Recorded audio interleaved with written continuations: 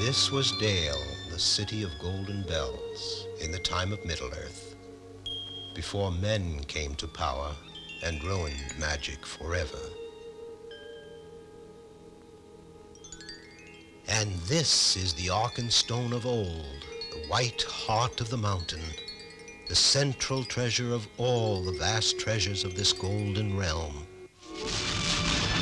Suddenly, it was all destroyed by the monster lizard Slag the Terrible. Slag, the agent of evil on Earth. And he dragged off the treasures of Dale, even the Arkenstone itself. Only 3 survived the flames, a watchman who slept when the dragon came creeping, Torin Oakenshield, general of the now destroyed garrison of Dale, and Princess Mika Milovana, who sadly watched the crumbling ashes of her once golden realm. Gandalf, whispered General Oakenshield. Only the great wizard Gandalf can help us now.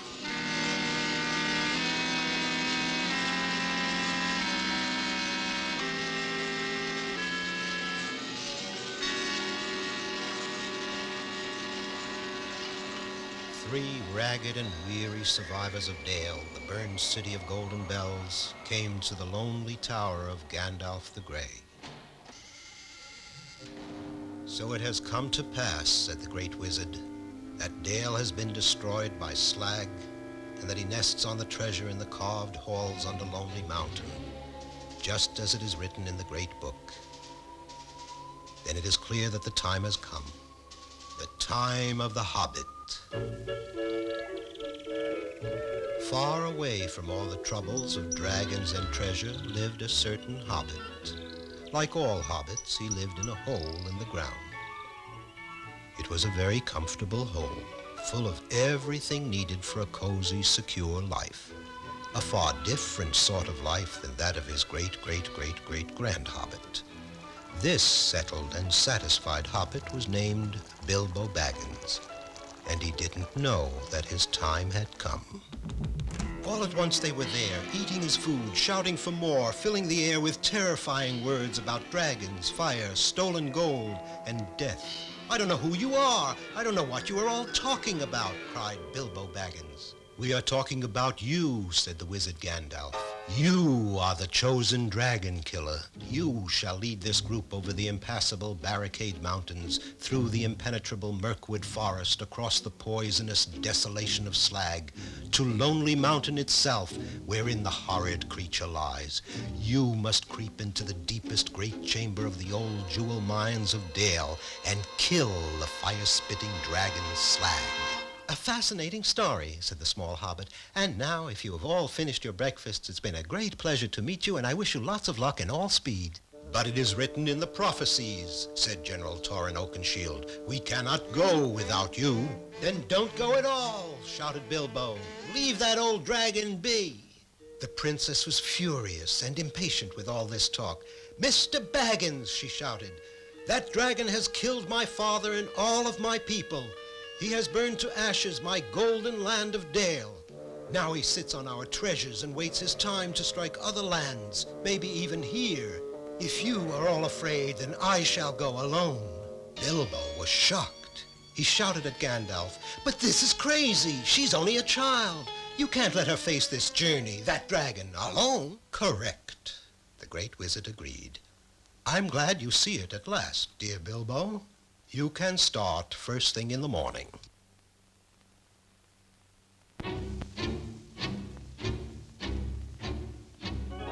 And so they set out to follow the ancient map. Leaving the comforts of Hobbiton behind and carrying barely enough food for the usual Hobbit between-meal snack, the conscripted dragon slayer and the 3 survivors of Dale struggled across the great barricades. Gandalf the Grey watched from his own distance. He knew well what terror waited along this craggy path. A crushed cabin burns a stolen lamb to feed groans, hungry brutes with skin as thick as bark. But people meat is their favorite food. The legends say that groans must be in their caves before sunrise, or they'll surely turn into dry trees rooted to the ground forever. But there was a long night ahead, and this puny lamb would serve only as an appetizer as the unsuspecting travelers approached. The smell of roasting lamb was too much for the starving hobbit, but the others, being bigger and even hungrier, knocked him spinning into a hollow log. In no time at all, the three were tied to the roasting spit. But the second groan was angry that the first had burned the lamb and demanded that the new victim should be boiled instead of roasted. The first groan furiously knocked the spit from the flames and shouted that the second should be happy to have people flesh at all. Now the hobbit saw that he might save the others if he could just keep the brutish groans fighting among themselves. He was a good mimic, and he hoped the hollow log would amplify his small voice. The second groan's lips didn't move, but his voice seemed to shout, "No stupid ape like you can tell me how to eat my food." "Who are you calling stupid, you ugly knothead?" roared the first. Soon the dull-witted groans forgot all about their dinner and were busily trying to kill one another. They fought and cursed each other through the night till the first rays of the sun caught them by surprise. Bilbo had tricked them, and now they would be rooted to this spot forever. 2 less groans and 2 more gnarled dead trees. As they moved forward again across the great barricades, the survivors had a new opinion of their small hobbit dragon slayer. Perhaps he might prove useful after all, thought Torrin Oakenshield. Then, suddenly, Bilbo was gone. Down through a crevasse with a soundless scream as the others trudged on. Down past the chewed rock tunnels of the hateful grablins who kill and eat only for spite. Down to the roots of the mountain. Down to where there is none but gloom. Unremembered years before, a weak and rejected creature found what Gandalf the Grey still seeks, the one ring of power. He had crept into the inky depths to hide it here, on this black isle where the hobbit had now fallen, and he had cringed with his ring alone in the dark so long that he could speak only to his miserable self, Gloom. "What horrid little nasty has come to steal our ring, my precious? We must squeeze it till it dies, yes? We durstn't let it take our dearest ring, Gloom." Bilbo did have the ring. Magically, the one ring of power had found its true bearer. It was Bilbo Baggins the Hobbit. He felt the ring's power, that it might help him against the dragon Slag. Bilbo made a mighty leap on his broad hobbit feet, clear to the shore, and darted up the nearest tunnel as fast as he could go. "Curse him and crush him," wailed Gloom. "We must catch the tricksy thief before it reaches the outside." And the wretched thing waddled right past Bilbo, who of course didn't know the way out, but who guessed that Gloom did. And Gloom led him through the only tunnel unknown to the evil grablins and directly into the blessed sunlight. So Bilbo was able to rejoin his companions who had crossed the tops of the mountains, and they faced together the next obstacle on their long journey, Mirkwood Forest. Entering Mirkwood was like plunging into a sea of trees and being unable to come up for air.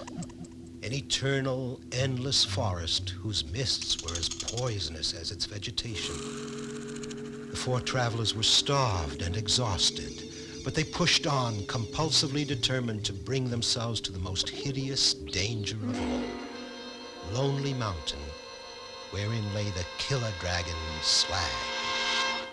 There he lay, the vast red gold dragon, fast asleep, in this immense hall that once was the jewel mine of Dale.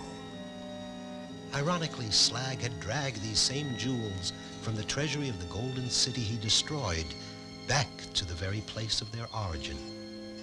As Bilbo looked out at this stupendous scene of both beauty and ugliness, his feelings, too, were a swirling mixture of exhilaration and horror. Then, Out of this staggering panorama of gems, he suddenly saw only one. It was the Arkenstone. The Arkenstone of Dale. Now the tiny hobbit knew exactly how this lizard must die. It was the bravest thing he had ever done, certainly braver than anything the comfort-loving squire of Hobbiton ever would have imagined he could do. Perhaps it was only the power of the ring he wore. Perhaps it was his growing love for the Princess Mika. Or maybe it was only that he knew that someone had to do it. But he did it. He climbed the diamond vest of the slumbering dragon and he stole the Arkenstone. Together with the others, he fashioned a powerful crossbow from old mining tools. And the Arkenstone, the white heart of Dale, was the arrowhead destined for the black heart of Slag.